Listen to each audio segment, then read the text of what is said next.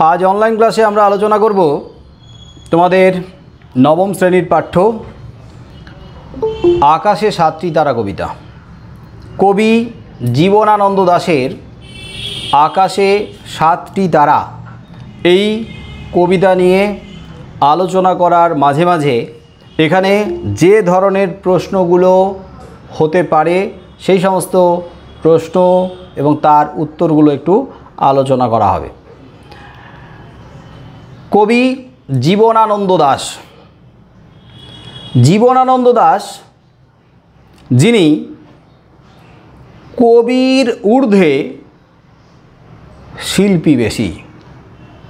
আমরা জানি কবিরা কিন্তু শিল্পীই হন, কিন্তু এখানে কবি জীবনানন্দ দাশের কবিসত্তা আর একজন শিল্পীর শিল্পী সত্তা দুটো মিলেমিশে একাকার হয়ে গেছে। কবি এখানে যেন চিত্রকরও হয়ে উঠেছেন, তবে তার চিত্র শব্দের মাধ্যমে, তার চিত্র মানে তার কবিতাগুলোতে যে ছবি উঠে এসেছে, যে ছবি ফুটে উঠেছে, সেই ছবিগুলো শব্দের মাধ্যমে আঁকা। আমরা জানি চিত্রকর কী করেন, রং তুলি নিয়ে ক্যানভাসের ওপরে চিত্রকে ফুটিয়ে তোলেন, কিন্তু কবি জীবনানন্দ দাশ এখানে একজন চিত্রকরের মতো তিনি যেন তার কলমের তুলির ছোঁয়ায় শব্দের বন্ধনে অসাধারণ সব শব্দ চয়নের মাধ্যমে এই কবিতাতে কোনো বিষয়কে নয়, যেন সেই বিষয়ের চিত্র বা ছবিটাকে প্রকট করে তুলেছেন। আসলে আমরা জীবনানন্দ দাশের যত কাব্য কবিতা পড়ব, প্রায় সমস্ত কাব্য কবিতায় আমরা যেন আমাদের চোখের সামনে দেখতে পাবো সেই সব বিষয়ের ছবি, যেন আমরা চাক্ষুষ করছি এরকম মনে হবে, যেন মনে হবে আমরা যেন সেই জায়গায় বসে রয়েছি, কবির সাথে আমরা যেন সেই জায়গায় বসে আমরা দেখতে পাচ্ছি। তার কবিতাতে এমনভাবে ছবিগুলো জীবন্ত হয়ে উঠেছে বা ওঠেই, সেই কারণে কবি বুদ্ধদেব বসু তার কবিতা সম্পর্কে বলেছিলেন, বুদ্ধদেব বসু তার কবিতা সম্পর্কে বলেছিলেন যে তার কাব্য বর্ণনাবহুল। তিনি কাব্যের মধ্যে এমনভাবে বর্ণনা করেছেন, এমনভাবে বিশ্লেষণ করেছেন, যেগুলো কিন্তু ফুটে উঠেছে ছবির মতো হয়ে। তার কাব্য বর্ণনাবহুল। তার বর্ণনা, যে বর্ণনা তিনি করেছেন সেই বর্ণনা চিত্রবহুল, মানে সেই বর্ণনা হয়ে উঠেছে ছবির মতো, চিত্রের মতো, এবং তার চিত্র হয়ে উঠেছে বর্ণবহুল। তার মানে তার চিত্র বর্ণ পেয়েছে, রং পেয়েছে। তার মানে তার কাব্য কবিতাতে নতুন নতুন শব্দ বন্ধনে, নতুন নতুন শব্দ চয়নে যেন রঙের ছটা তার কবিতায় ফুটে ওঠা বিষয়টাকে অত্যন্ত জীবন্ত, অত্যন্ত প্রাণবন্ত, অত্যন্ত সক্রিয় করে তুলেছে। কবি জীবনানন্দ দাশ যিনি বাংলা কাব্য সাহিত্যে আত্মপ্রকাশ করেছেন, মানে তিনি আবির্ভূত হয়েছেন, পা রেখেছেন রবীন্দ্রনাথ ঠাকুরের পরবর্তীকালে, তাই তাকে রবীন্দ্রোত্তর মানে রবীন্দ্র পরবর্তী আধুনিক কাব্য কবিতার অন্যতম শ্রেষ্ঠ কবি হিসেবে স্বীকৃতি দেওয়া হয়েছে। যদিও এটা আমাদের কাছে অবাক লাগবে, বিস্ময়ের ব্যাপার যে এত বড় মাপের একজন কবি, তার লেখার মান এতখানি উৎকৃষ্ট, তার লেখা আর 10 জনের থেকে, আর 10 জন 5 জন কবির থেকে সম্পূর্ণ আলাদা, একটু ভিন্ন ধারার, অথচ তিনি তার জীবদ্দশাতে সমাদর পাননি।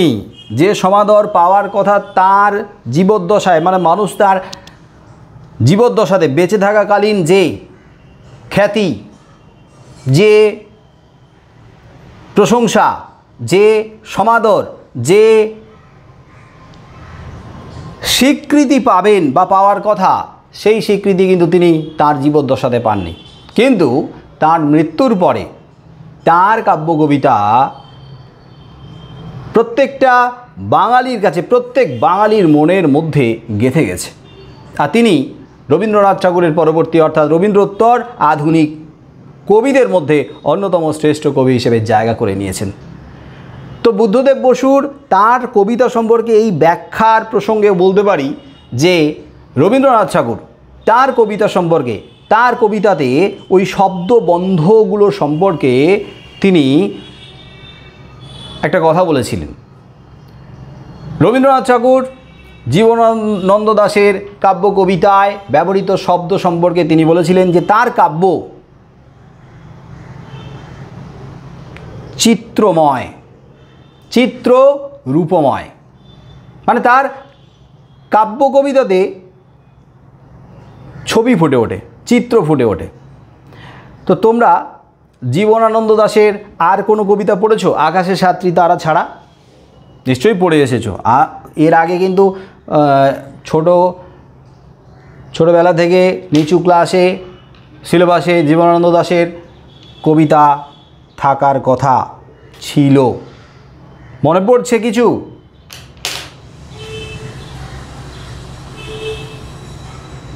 হ্যালো, হ্যাঁ স্যার। মনে পড়ছে কিছু এর আগে কোনো কবিতা ছিল?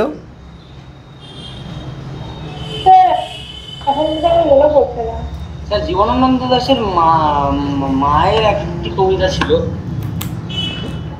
মনে পড়ছে না, তাই তো? কিন্তু জীবনানন্দ দাশের কবিতার উপর একটা গান আছে, রূপসী বাংলা কাব্যগ্রন্থের একটা জনপ্রিয় কবিতা আবার আসিব ফিরে, গানটাও কিন্তু শোনা সবার। হ্যাঁ স্যার, হ্যাঁ স্যার। ওটা তো জীবনানন্দ দাশের কবিতা। কি সুন্দর সুরে গানটাকে তুলে ধরা হয়েছে, মানে কবিতাটাকে তুলে ধরা হয়েছে গানের সুরে।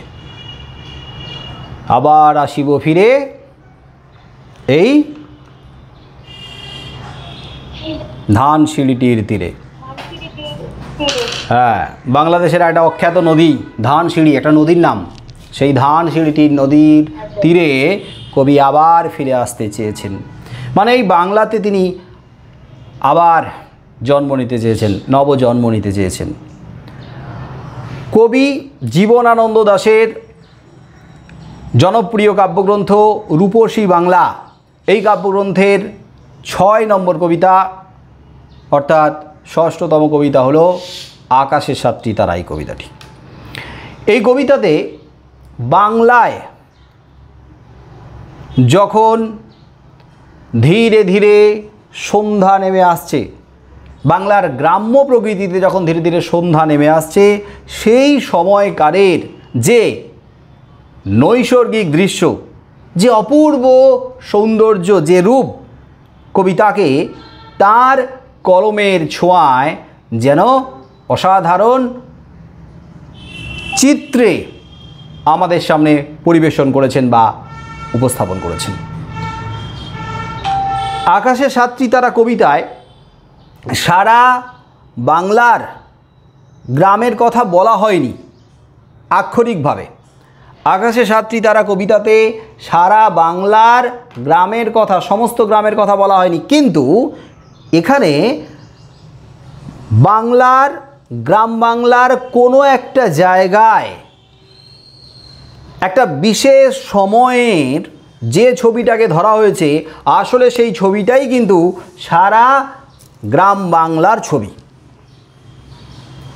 একটা জায়গার ছবি ধরা হলেও আসলে কিন্তু ওই সময় ওই ছবিটা আসলে সারা গ্রাম বাংলার কিন্তু ওই সময়েরই ছবি। ব্যাপারটা কি বললাম, বোঝা গেল কি?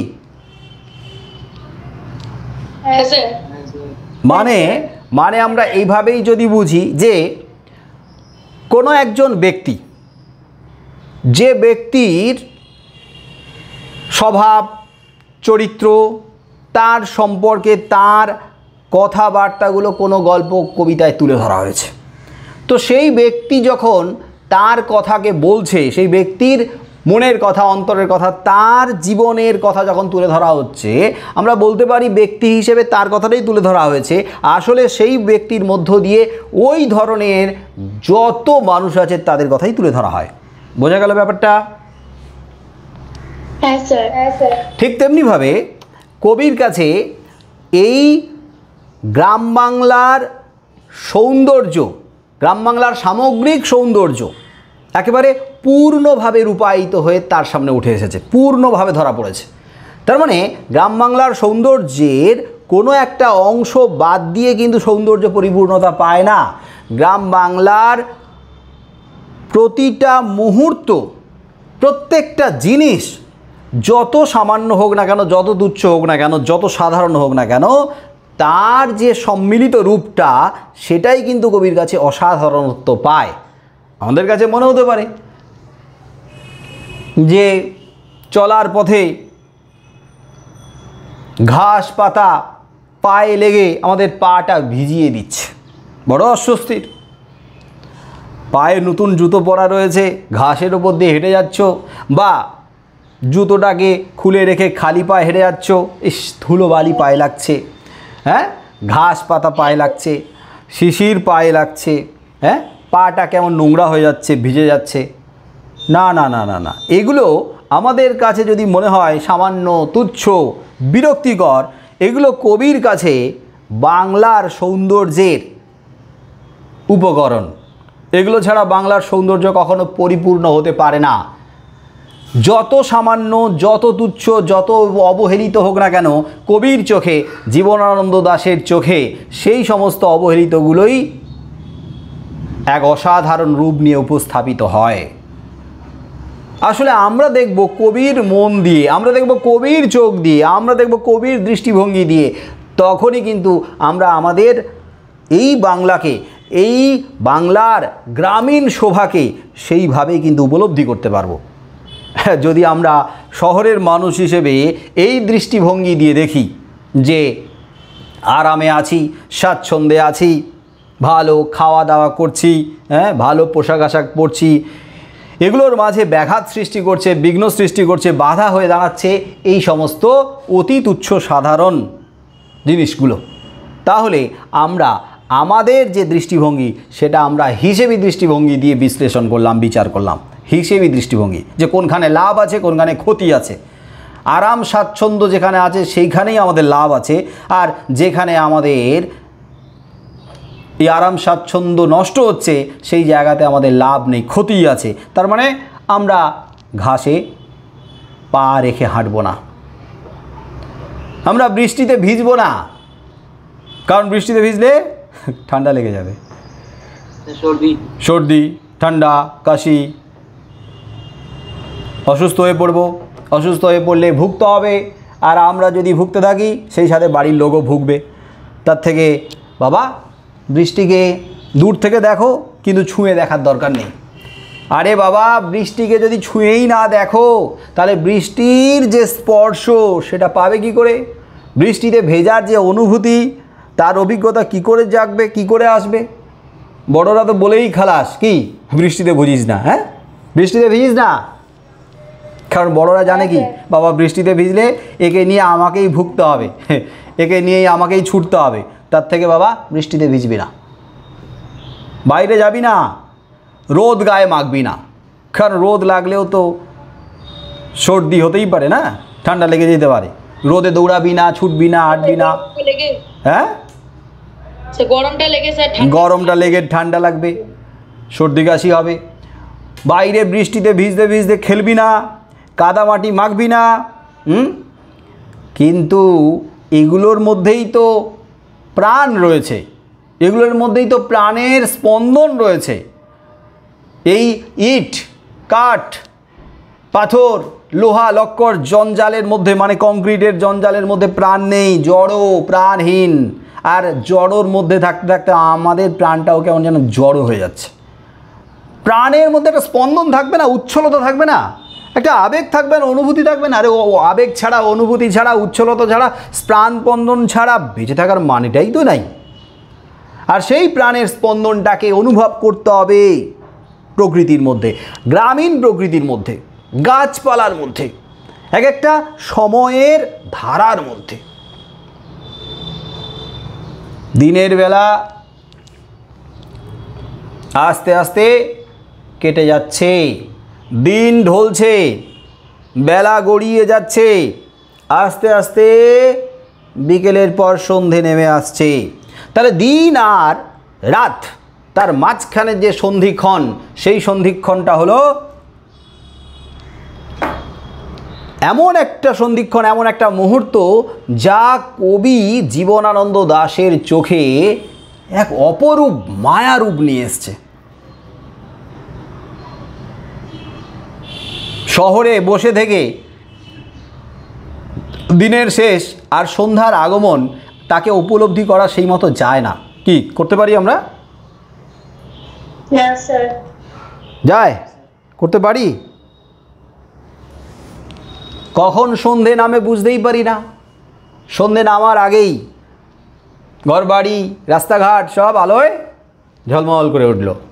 তাহলে সন্ধেটাকে উপলব্ধি করার জন্য যে পরিবেশ দরকার সেই পরিবেশ শহরে নেই। গভীর রাতটাকেও আমরা উপলব্ধি করতে পারি না। সন্ধে তো দূর, গভীর রাত, রাত যে গভীর হয়েছে সেটাও উপলব্ধি করতে পারি না, কারণ আমাদের গভীর রাত পর্যন্তই জাগা চলতে থাকে। হ্যাঁ, রাত হয়তো কারোর 12টা 1টার সময় সন্ধে হয়। ঘুমোতে যাচ্ছে হয়তো, ঘুমোতে যাচ্ছে হয়তো 2:30, 3টে, 4টের সময়।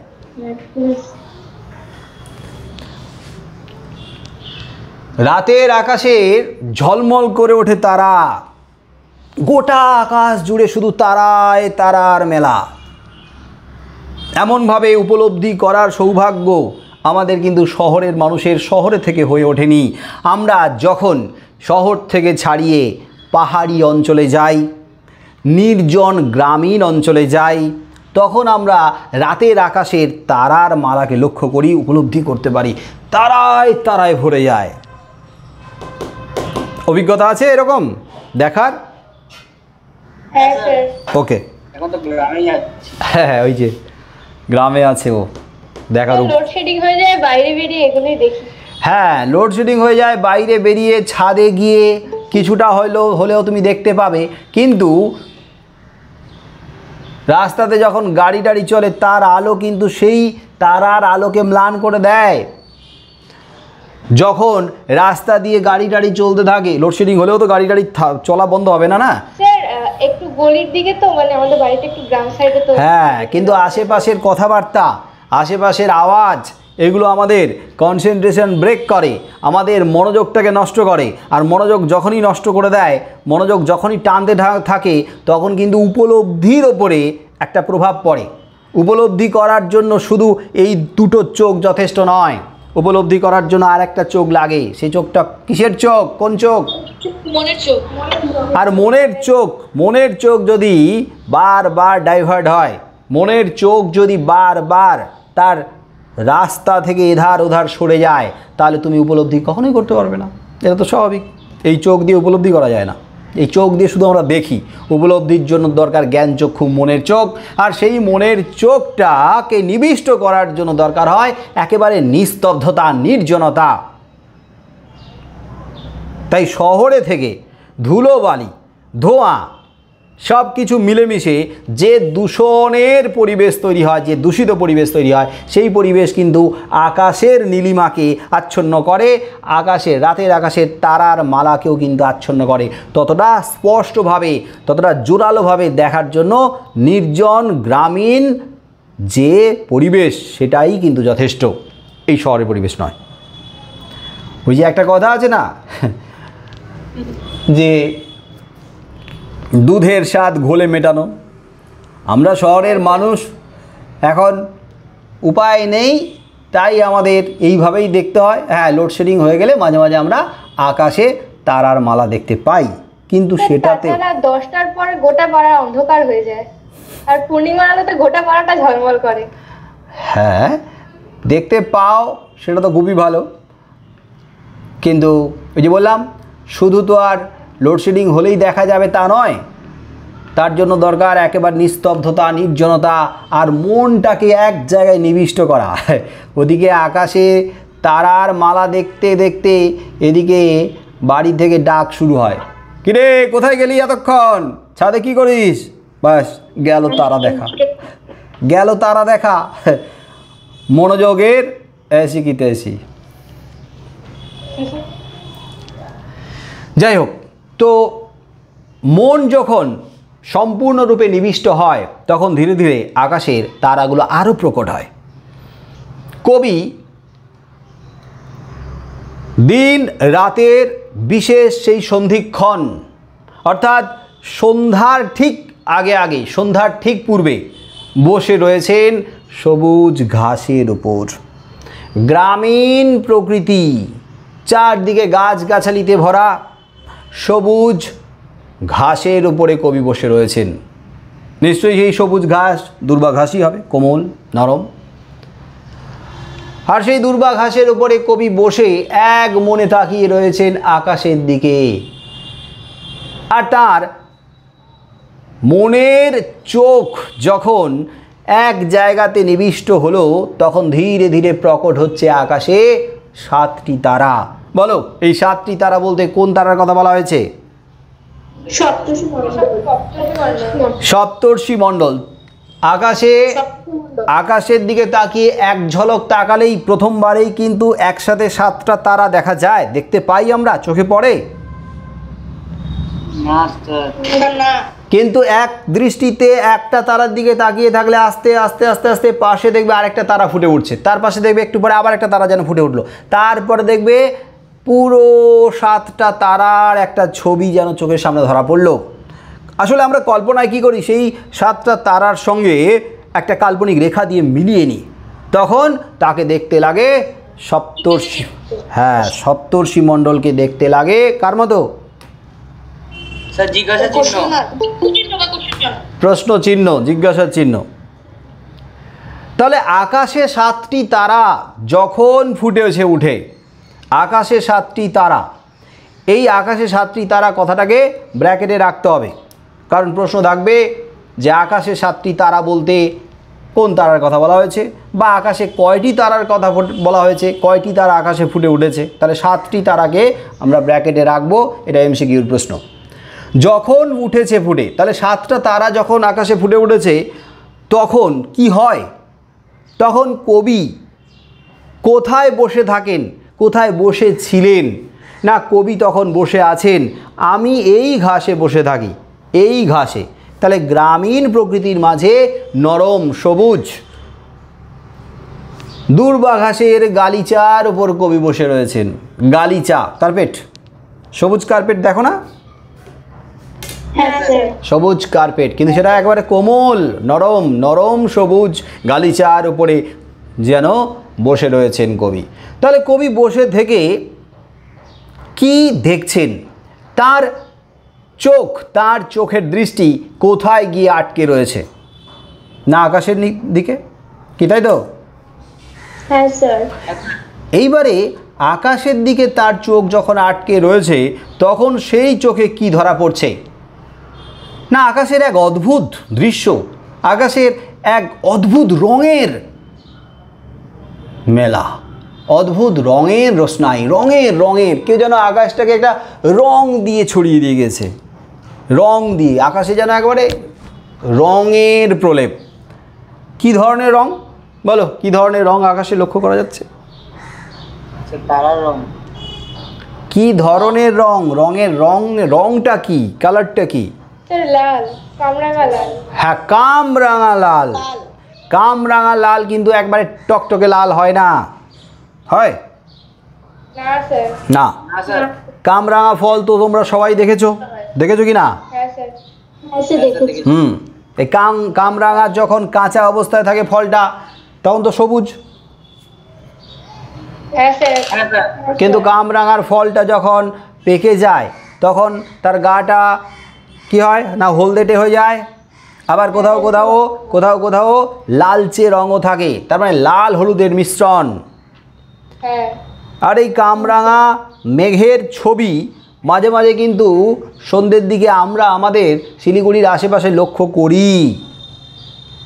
হ্যাঁ স্যার, দেখা যায়।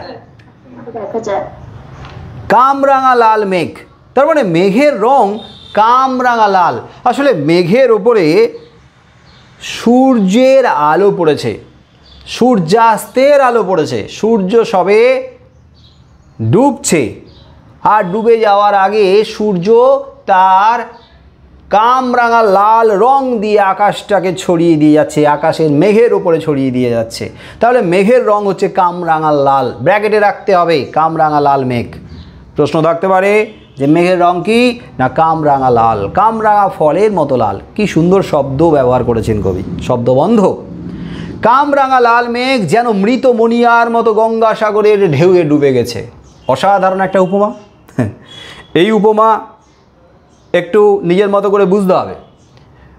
মৃত মণিয়া, মণিয়া পাখি, ছোট্ট পাখি মণিয়া, ছোট্ট এক ধরনের পাখি মণিয়া, দেখবে ছোটো ছোটো ঝোপঝাড়ে এরকম ছোট্ট একটা পাখি তিলিং তিলিং করে লাফিয়ে লাফিয়ে বেড়ায়, মণিয়া পাখি। তো সেই মৃত মণিয়া, মণিয়া পাখি যখন মৃত অবস্থায় পড়ে থাকে জলের ওপরে, হয়তোবা তাকে শিকার করা হয়েছে, হয়তোবা সে আহত অবস্থায় সে জলের উপরে পড়েছে, পড়ে মরে গেছে।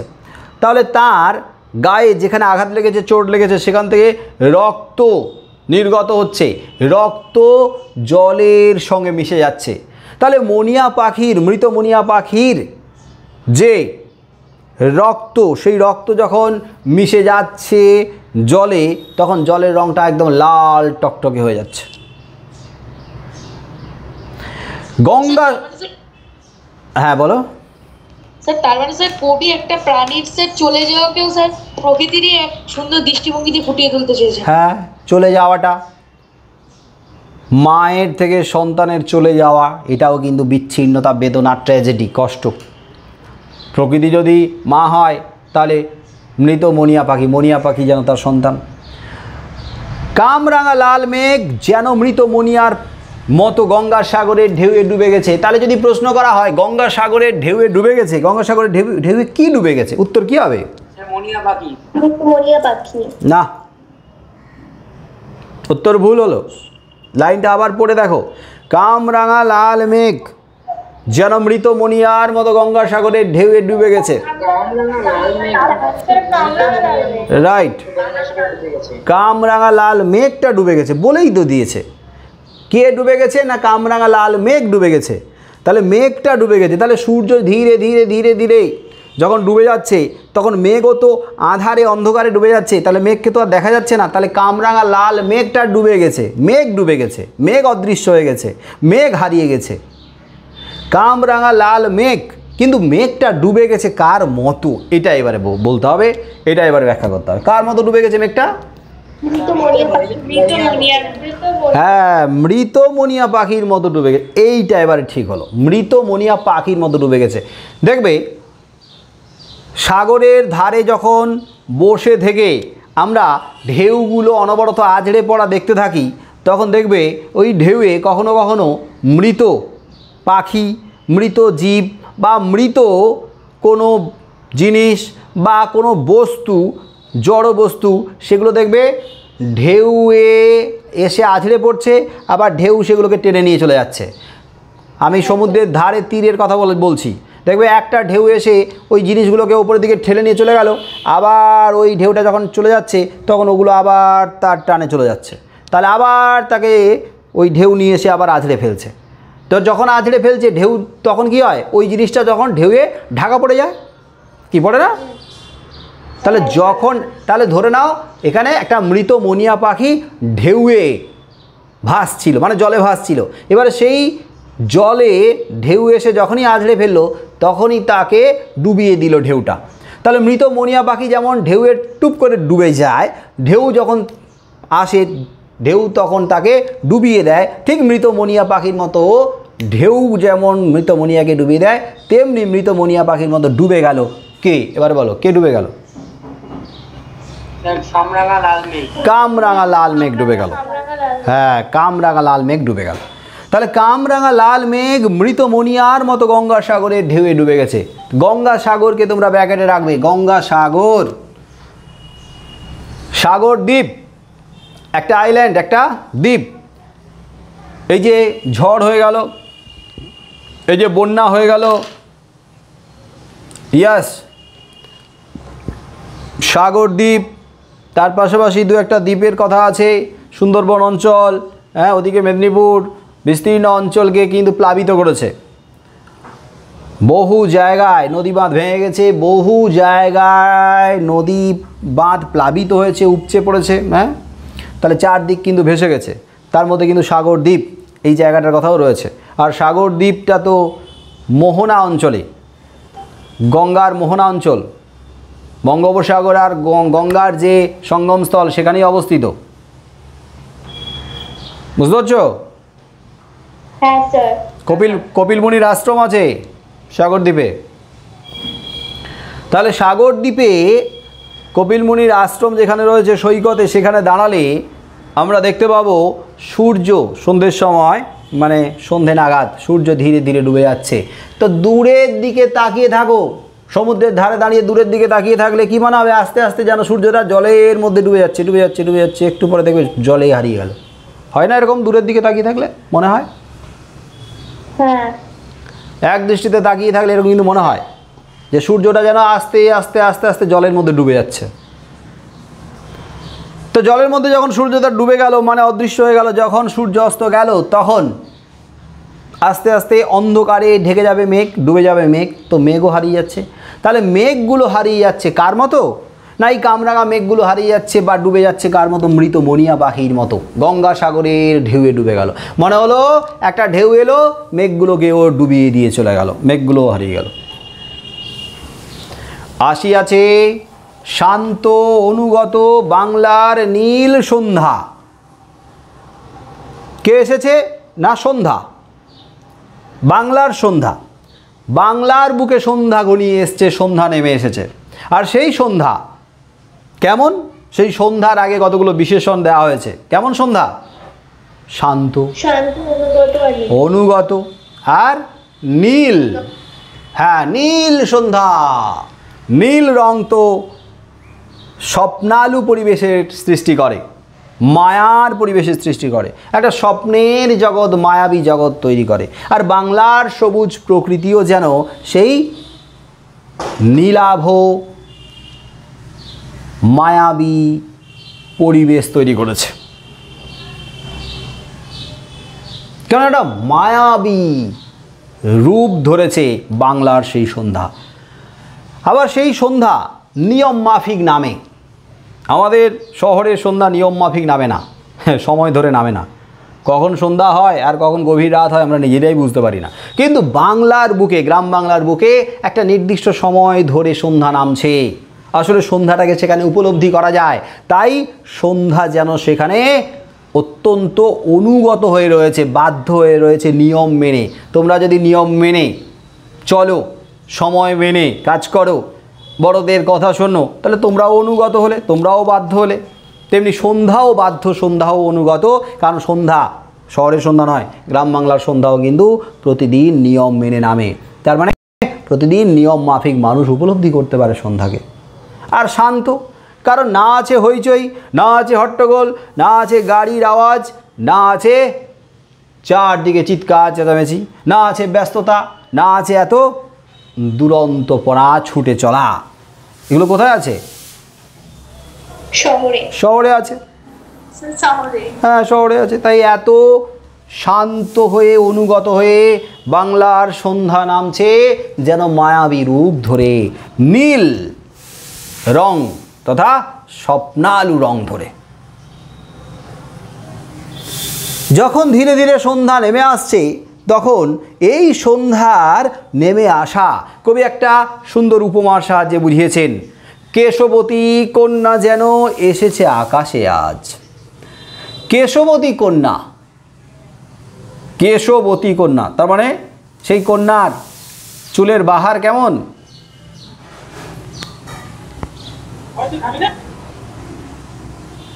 রাশিকৃত চুল হবে।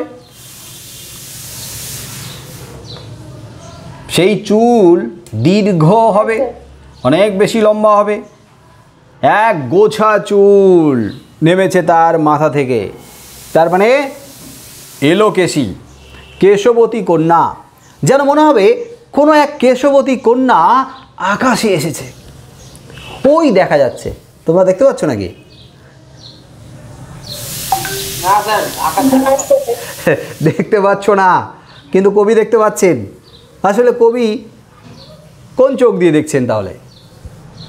মনের চোখ। মনের চোখ দিয়ে দেখছেন। ওই যে আকাশে যেন এক কেশবতী কন্যা এসে অপেক্ষা করছে, আর সেই কেশবতী কন্যার চুল ধীরে ধীরে গাছপালাকে ছুঁয়ে নেমে আসছে কবির চোখ মুখকে স্পর্শ করে। এর আগে আলোচনা করা হয়ে গেছে কেশবতী কন্যা। কেশবতী কন্যা মানে কাকে বুঝিয়েছে? কাকে কবি কেশবতী কন্যা মানে বুঝিয়েছে? স্যার বাংলার নীল সন্ধ্যাকে তিনি বাংলার নীল সন্ধ্যাকে, সন্ধ্যাকেই কেশবতী কন্যা বলা হয়েছে। তাহলে সন্ধ্যা যদি কেশবতী কন্যা হয়, তাহলে কেশবতী কন্যার যে কালো চুল, সেই কালো চুল কার সঙ্গে তুলনীয়? কালো চুল কার সঙ্গে তুলনীয়? কাকে তুলনা করা হয়েছে? অন্ধকার, ঘন কালো অন্ধকার। ঘন কালো অন্ধকার যেন কেশবতী কন্যার কালো চুলের বাহার। কি সুন্দর উপমা। বাংলার প্রকৃতি তো মাতৃসমা, প্রকৃতি তো স্ত্রীলিঙ্গে কল্পিত। প্রকৃতিকে কবি নারী মূর্তি হিসেবে দেখেছেন, কল্পনা করেছেন। যেন কেশবতী কন্যা আকাশে এসেছে। এটা থেকে প্রশ্ন হবে যে কাকে, কেন কেশবতী কন্যার সঙ্গে তুলনা করা হয়েছে? আর কেশবতী কন্যা কে? কেশবতী কন্যা যদি বাংলার নীল সন্ধ্যা হয়, তাহলে সেই কেশবতী কন্যার চুলের রাশি, কেশ রাশি তাহলে কি? ঘন কালো অন্ধকার। ঘন কালো অন্ধকার, ঘন অন্ধকার নেমে এসছে। যখন নেমে আসছে ঘন অন্ধকার, তখন প্রথমে গাছপালাকে ছুঁয়ে নেমে আসবে, স্পর্শ করে নেমে আসবে, তাই তো? হ্যাঁ স্যার। কিন্তু অন্ধকারের স্পর্শ কি আমরা উপলব্ধি করতে পারি? অন্ধকারকে কি আমরা স্পর্শ দিয়ে উপলব্ধি করতে পারি? কি না স্যার। এই যে ইন্দ্রিয়, এই যে ত্বক দিয়ে আমরা, এই ইন্দ্রিয় দিয়ে কি আমরা অনুভব করতে পারি অন্ধকারকে? না স্যার। তাহলে আমাদের অনুভব করতে হয় অন্ধকারকে কোন ইন্দ্রিয় দিয়ে? চোখ দিয়ে। চোখ দিয়ে। কিন্তু চোখ দিয়ে অন্ধকারকে দেখা যায়, কিন্তু অন্ধকারকে চোখ দিয়ে দেখা গেলেও অন্ধকারকে উপলব্ধি করার জন্য দরকার মনের চোখ। কিন্তু কবি এখানে মনে করছেন কি? কবি এখানে অনুভব করছেন পুরো অন্ধকারের স্পর্শটাকে অনুভব করছেন। সারা অন্ধকারটা যেন কবির চোখ মুখ ছুঁয়ে শরীরকে স্পর্শ করে নেমে আসছে। অসাধারণ, অসাধারণ ব্যাখ্যা, অসাধারণ উপলব্ধি, অসাধারণ উপস্থাপনা। আসলে সবই কিন্তু কবি কল্পনার, কবির চিন্তাভাবনা, কবির দৃষ্টিভঙ্গি একটা অন্যভাবে ধরা পড়েছে।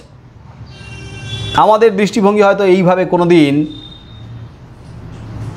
আসেনি, দেখবেন উপলব্ধি করবে না। হ্যাঁ, ওইভাবে কখনো আসেনি, কিন্তু কবি উপলব্ধি করেছেন। কবি যখন দেখছেন যে গাছপালাকে ছুঁয়ে অন্ধকার নামছে, তখন মনে হচ্ছে কেশবতী কন্যার সেই কালো চুল যেন গাছপালাকে ছুঁয়ে নামছে। তারপরে ধীরে ধীরে কবি বসে রয়েছেন যখন ঘাসের ওপরে, তাই আগে গাছপালার পাতা স্পর্শ করে নামার পরে কবির চোখ মুখকে স্পর্শ করছে। তাই কবি বলছেন আমার চোখের পরে, পরের আগে একটা অ্যাপোস্ট্রফি দেওয়া আছে, ওটা হর্ষৌ আছে, মানে উপরে হবে, কিন্তু ছন্দের খাতিরে এখানে হর্ষৌটাকে উজ্জ্ব রেখে একটা অ্যাপোস্ট্রফি চিহ্ন দেওয়া হয়েছে।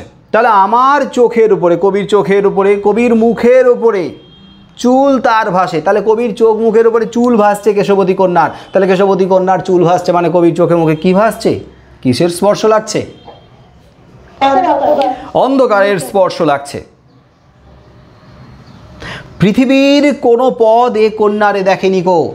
পৃথিবীর কোনো পথ মানে কোনো রাস্তা, পথ মানে রাস্তা, কিন্তু এখানে স্থান অর্থে পৃথিবীর কোথাও কোনো জায়গায় বাংলার গ্রামীণ প্রকৃতিতে এইভাবে সন্ধ্যা নামাটা কেউ দেখে না, কেউ দেখেনি, কেউ উপলব্ধি করতে পারে না। আসলে ব্যাপারটা হচ্ছে এই, মানুষ যেখানে জন্ম নেয়, যেখানে বেড়ে ওঠে, সেই জায়গাটা, তার আশেপাশে জায়গাটার সঙ্গে তার যে নিবিড় একটা সম্পর্ক তৈরি হয়ে যায়, সেই সম্পর্কের কারণে তাদের কাছে মনে হয়, মানে আমাদের কাছে মনে হয়, আমাদের কাছে সবথেকে শ্রেষ্ঠ, সবথেকে ভালো, সবথেকে মনের কাছাকাছি জায়গাটা হলো আমাদের বাড়ি, আমাদের বাড়ির আশেপাশে, আমাদের এলাকা, আমাদের জায়গা। যদি আমরা যুক্তির খাতিরে বিচার করি তাহলে কিন্তু আমরা হেরে যেতেই পারি যে এরকম সন্ধ্যাকে কি আমরা আর কোথাও দেখতে পাই না? অন্য কোথাও, অন্য কোনো দেশে, অন্য কোনো রাজ্যের মানুষ কি গ্রাম বাংলায় যেমন সন্ধ্যাটা কবি উপলব্ধি করেছেন, তেমনি কি অন্য জায়গায় কোথাও এরকম সন্ধ্যাকে দেখা যায় না?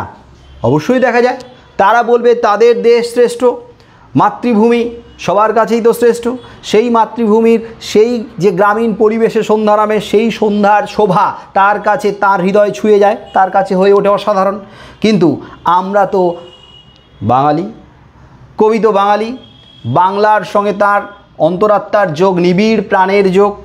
বাংলাকে কবি মাতৃজ্ঞানে চেনে, বাংলা কবির কাছে মা, তাই মায়ের সঙ্গে সন্তানের সম্পর্ক তো একটা অটুট বন্ধনের সম্পর্ক।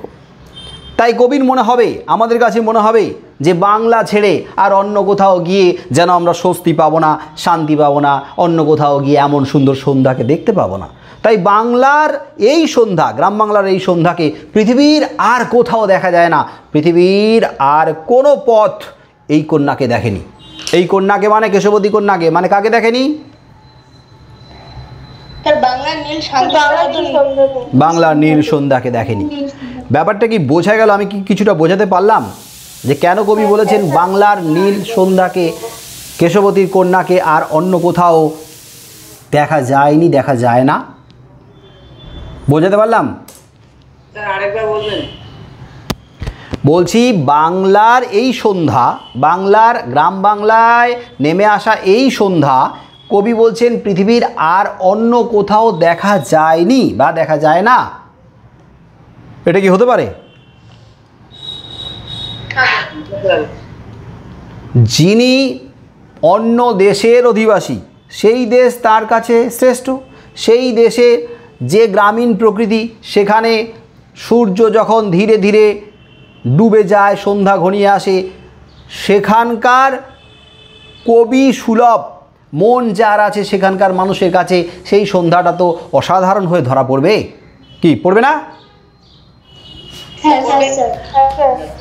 কিন্তু কবি বলছেন গ্রাম বাংলার, আমাদের গ্রাম বাংলার মতো এমন সন্ধ্যা পৃথিবীর আর অন্য কোথাও দেখা যায় না।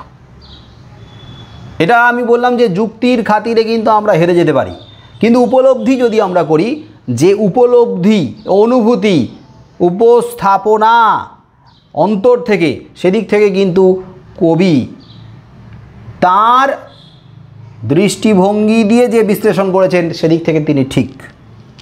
কারণ আমরা বাংলা ছেড়ে, আমাদের পরিচিত এলাকা ছেড়ে, যেখানে জন্ম নিয়েছি, যেখানে বেড়ে উঠেছি, সেখান থেকে অন্য কোথাও গিয়ে শান্তি পাবো না, স্বস্তি পাবো না, পাবোই না। মন কিন্তু পড়ে থাকবে এখানে, আরামের জন্য, স্বাচ্ছন্দ্যের জন্য, চাকরি বাকরির জন্য, উচ্চশিক্ষার জন্য বাইরে গিয়ে সেখানে থাকতে হচ্ছে, সেটেল হয়ে গেলে, কিন্তু মন কিন্তু পড়ে থাকবে আমাদের এই বাংলায়, পড়ে থাকবে আমাদের এই এলাকায়। মনে হবে কবে ফিরে যাব, যখন এখানে এসে পা রাখবো অনেক দিন পরে, তখন মনে হবে উফ, নিজের প্রাণের জায়গাতে ফিরে এলাম। এমন সুন্দর সন্ধ্যা, এমন সুন্দর সকাল, এমন সুন্দর দিন রাত্রি আর কোথাও দেখা যায় না। তাহলে পৃথিবীর কোনো পথ এ কন্যারে দেখেনি কো, দেখি নাই অত অজস্র চুলের চুমা, হিজলে কাঁঠালে জামে ঝরে অবিরত। অজস্র চুল মানে অজস্র ঘন কালো অন্ধকার ধীরে ধীরে স্পর্শ করে নামছে। চুলের মানে অন্ধকারের, চুমা মানে চুম্বন মানে স্পর্শ, তার মানে চুল মানে অন্ধকার স্পর্শ করে নেমে আসছে। কাকে স্পর্শ করে, কাদেরকে স্পর্শ করে নামছে? হিজল গাছ, কাঁঠাল গাছ, জাম গাছ, জাম, হিজল, কাঁঠাল ভরপুর বাংলায়। সেই সমস্ত বড় বড় বৃক্ষগুলোকে, তাদের ডালপালা পাতাকে ছুঁয়ে নেমে আসছে অন্ধকার, স্পর্শ করে নেমে আসছে অন্ধকার, অন্ধকার স্পর্শ করে। তার মানে কবি চোখ দিয়ে নয়, অন্ধকারকে তার স্পর্শানুভূতি দিয়ে ধরেছেন, অনুভব করেছেন।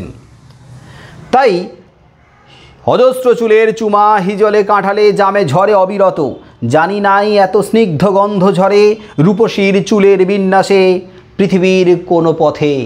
তাহলে পৃথিবীর আর অন্য কোনো পথে, অন্য কোনো জায়গায় এই রূপসীর কেশবতী কন্যা, এই অসাধারণ অপরূপা রূপসী কেশবতী কন্যার রূপের যে ঝলক, যে রূপের যে সৌন্দর্য, সেটা যে ঝরে পড়ে, সেটা বোধহয় পৃথিবীর কোথাও দেখা যায়নি, কবি দেখতে পাননি।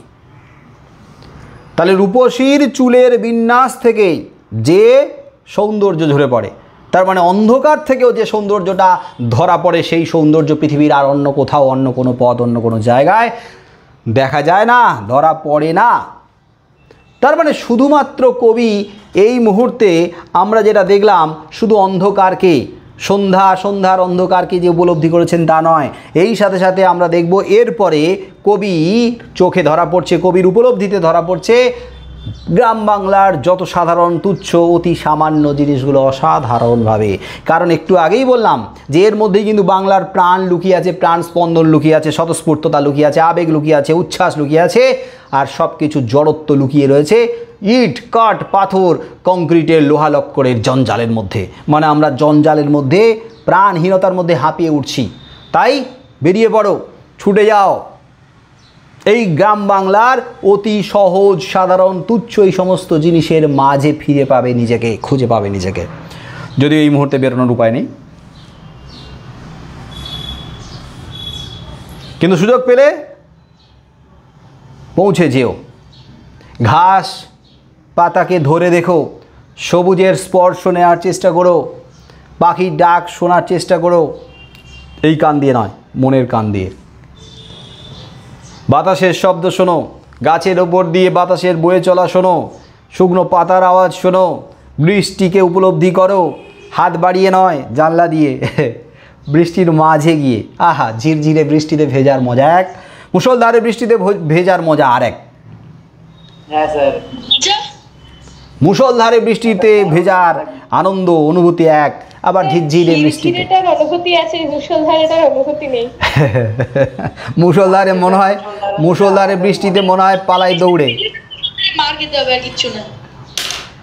ওই যে মার অবধারিত বড়দের অনুভূতি আস্তে আস্তে শক্ত হয়ে গেছে, কঠিন হয়ে গেছে, এই জন্যই মার দেয়। মাঝে মাঝে বড়দেরকে বোঝাতে হবে, বোঝাবে, তোমাদের সাথে বড়দেরকে তাদের শৈশবে নিয়ে যাবে, তোমাদের সাথে যেন বেরিয়ে পড়ে তারা তাদের শৈশবটাকে খুঁজে পায়। বাচ্চা হয়ে যেতে হবে বাচ্চার সঙ্গে মাঝে মাঝে।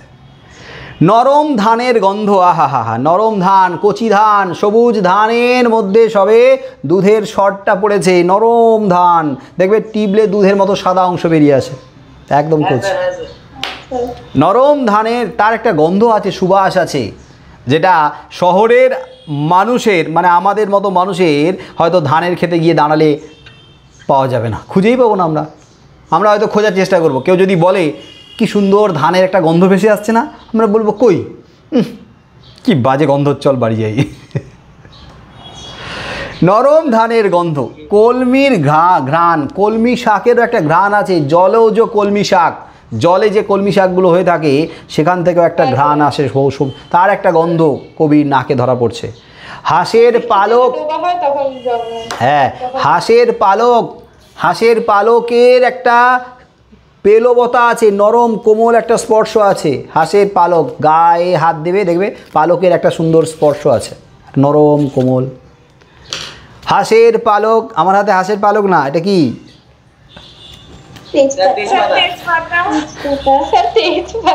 একটু আগে নোটবুক পড়াচ্ছিলাম তো, সেখানে নোট বই সুকুমার রায়ের নোট বই ছড়া, ওখানে তেজপাতা ছিল, তেজপাতা দেখিয়ে দেখিয়ে ক্লাসটা করাচ্ছিলাম। হ্যাঁ স্যার, স্যার হাঁস নাই, হাঁস থাকলে হাঁসের পাতা ছেড়ে যেত। তুই তো গ্রামে আছিস, ধর ওখানে হাঁস, দেখা ক্যামেরাতে। তেজ কেন? হ্যাঁ তেজপাতায় তো তেজ কেন? কিন্তু স্যার পুকুরে এখন গেলে স্যার প্রচুর জল, ডুবে যাবো। ওখানে নেটওয়ার্ক কেমন? স্যার পাওয়া যায় মাঝে মাঝে, স্যার খুব খারাপ হয়ে যায়। হ্যাঁ, যাই হোক, হাঁসের পালক, স্বর মানে কি? দুধের স্বর না, এটা দুধের স্বর নয়, এটা হচ্ছে ওই, হ্যাঁ স্বর গাছ, অনেকটা ওই কাশ ফুলের মতো সরু গাছগুলো আছে, কাশ ফুলের মতো এরকম সরু গাছের ঝোপ দেখা যায়, স্বর গাছও বলে। পাতাগুলো একদম সরু, দেখবে হাতটা এরকম কেটেই যায়, এত পাতলা সরু পাতা, স্বর গাছ। স্বর, পুকুরের জল, পুকুরের জলের মধ্যেও যে স্পর্শটা আছে, যে শীতলতা আছে, সেটা কবি অনুভব করেন। চাঁদা, পুকুরে এক ধরনের মাছ আছে, পাতলা তীর তীর করে ছুটে, চাঁদা মাছ, চাঁদের মতো দেখতে পাতলা মাছ, চাঁদা। সরপুটি, সরপুটি, সরপুটি তো তোমরা দেখেইছো, সরপুঁটি মাছ, তাহলে সরপুঁটি মাছ, চাঁদা মাছ, তার একটা মৃদু আষ্টে গন্ধ। তোমাদের শহরের বিশেষ করে মেয়েদের নাকে আষ্টে গন্ধ বড্ড বেশি তীব্র লাগে, কিন্তু কবির কাছে যে অনুভূতি, সেই চাঁদা সরপুঁটিদের একটা হালকা মৃদু আষ্টে গন্ধ কবিকে যেন মাতোয়ারা করে। কিশোরীর চাল ধোয়া ভিজে হাত, কিশোরী যখন হাঁড়িতে করে চাল ধুচ্ছে পুকুরে, তখন তার হাতটা ঠান্ডা জলে অনেকক্ষণ থাকতে থাকতে কী হয়, হাতের একটা ঠান্ডা ভাব বেশি হয়ে যায় না, একটা শীতলতা, সেই হাতের যে স্পর্শ শীতলতাও যেন কবি অনুভব করেন। চাল ধোয়া ভিজে হাতের শীতলতা কবি অনুভব করেন, তার শীত হাতখান মানে ঠান্ডা শীতল হাতখানা। কিশোরের পায়ে দলা মুথা ঘাস, গ্রামের যে আলে এরকম মুথা ঘাসগুলো হয়ে থাকে, মুথা ঘাস অনেকটা ওই ব্রাহ্মী শাকের মতো দেখতে, মুথা ঘাস, ওই ঘাসগুলোর উপরে হ্যাঁ আলে হয়ে থাকে। যখন ওই আল দিয়ে হেঁটে যায় গ্রামের উচ্ছল কিশোর বালকেরা, তাদের পায়ে ওই মুথা ঘাসগুলো দলা খায়, দলা পাকিয়ে যায়। ওই তো বললাম যে ব্রাহ্মী শাকের মতো এক ধরনের ঘাস আছে যেগুলো মাঠের আলে হয়ে থাকে, মুথা ঘাস। আর আমাদের তো হাতের কাছে গুগল ভাই রয়েছে, সার্চ করে দেখে নাও মুথা ঘাস কেমন দেখতে, পেয়ে যাবে। মুথা ঘাস দেখাবে? হ্যাঁ হ্যাঁ হ্যাঁ, সবই দেখা যায়, দেখ না দেখা যাবে। তাহলে কিশোর যখন ছুটে যাচ্ছে আলের ওপর দিয়ে পায়ে দোলে যাচ্ছে মুথা ঘাস, সেই মুথা ঘাস দোলে যাওয়ার পরে পিষ্ট হওয়ার পরে তার যে একটা গন্ধ সুবাস, সেটা কবির নাকে ধরা পড়ছে, ঘ্রাণ হিসেবে আসছে, অনুভবে ধরা পড়ছে। অন্যদিকে লাল লাল বটের ফলের ব্যথিত গন্ধের ক্লান্ত নীরবতা, গাছের বট গাছের যখন ফলগুলো পেকে যায় তখন লাল হয়ে যায়,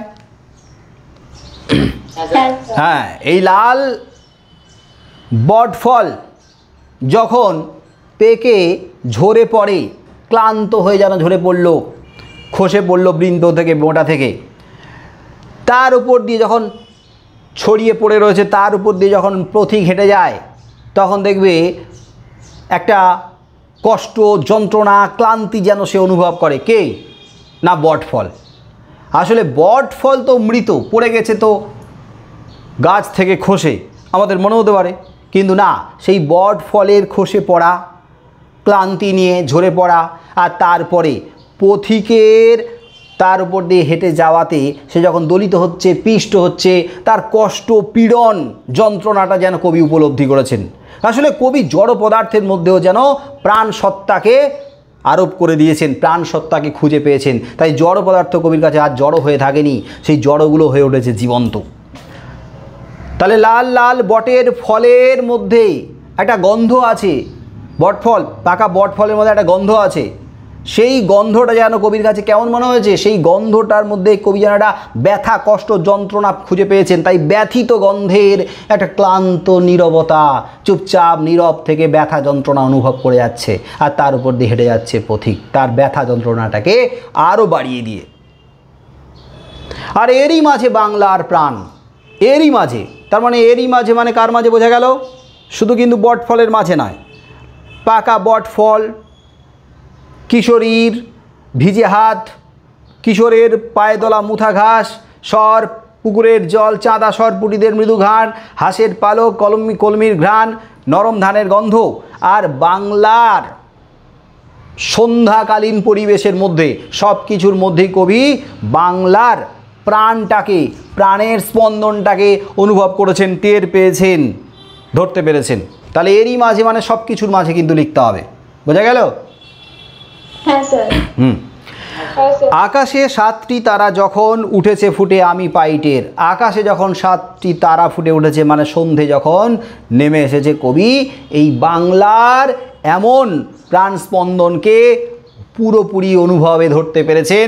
কারণ ওই যে বললাম যে নির্জনতা, নিঃসঙ্গতা, আর অনুভব করার জন্য সম্পূর্ণভাবে নিজেকে একাত্ম করা, মনোনিবেশ করা, যে মনোনিবেশ করার পরিবেশ কবি গ্রাম বাংলাতেই খুঁজে পেয়েছিলেন, সন্ধ্যাকালীন পরিবেশের মধ্যে, যেটা আমরা শহরের মানুষ খুঁজে পাই না।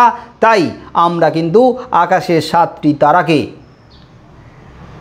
সেইভাবে ধরতে পারি না, আর যদিও ধরে থাকি ওই 7টি তারা যখন ফুটে ওঠে আমরা কিন্তু বাংলার প্রাণকে আমাদের অনুভবে ধরতে পারি না, কারণ আমরা শহরের হই হট্টগোল, ব্যস্ততা, যান্ত্রিকতা, প্রাণহীনতার মধ্যে বড় হচ্ছি।